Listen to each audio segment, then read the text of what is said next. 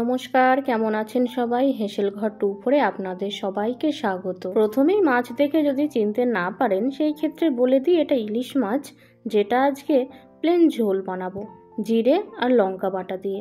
আজকে আর সর্ষে পোস্ত দিয়ে কোনো রেসিপি আপনাদের সাথে শেয়ার করছি না। ইলিশ মাছের এই ঝোলটা খেতেও খুব ভালো লাগে, তাই আপনারা সঙ্গে থেকে পুরো ভিডিওটা দেখে নিন। মাছটা নুন হলুদ মাখিয়ে রাখা ছিল, এখন ভেজে নিচ্ছি।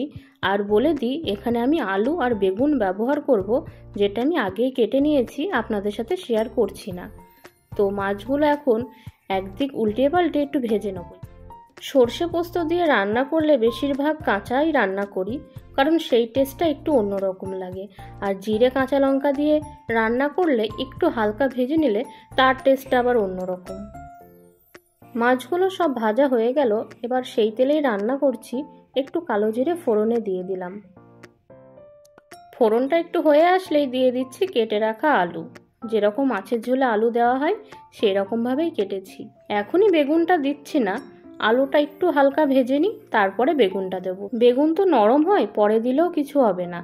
আর বেগুন প্রথমে দিলে যেটা হয় হচ্ছে ঝোলটা না কালো রং হয়ে যায়, মানে পরিষ্কার যে হলুদ রং ঝকঝকে রংটা তরকারিতে আসে না।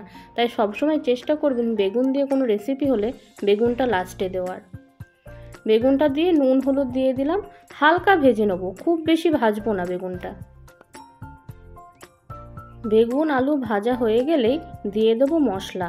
মশলাতে আমি আদা ব্যবহার করিনি, শুধু জিরে আর কাঁচা লঙ্কা। মশলা দিয়ে একটু নেড়েচেড়ে এই মশলা ধোয়া জলটা দিয়ে দেবো।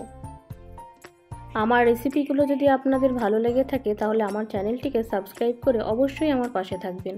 আর সবার প্রথমে নোটিফিকেশন পেতে অবশ্যই বেল আইকনটা অন করে রাখবেন। মশলা কষানো হয়ে গেছে, এবার ভেজে রাখা মাছগুলো এর উপরেই দিয়ে দিচ্ছি, দিয়ে পরিমাণ মতো জল দিয়ে দেবো। মাছটা দেওয়ার পর গ্যাসের ফ্লেমটা হাই রেখে ভালো করে ফুটিয়ে নেব।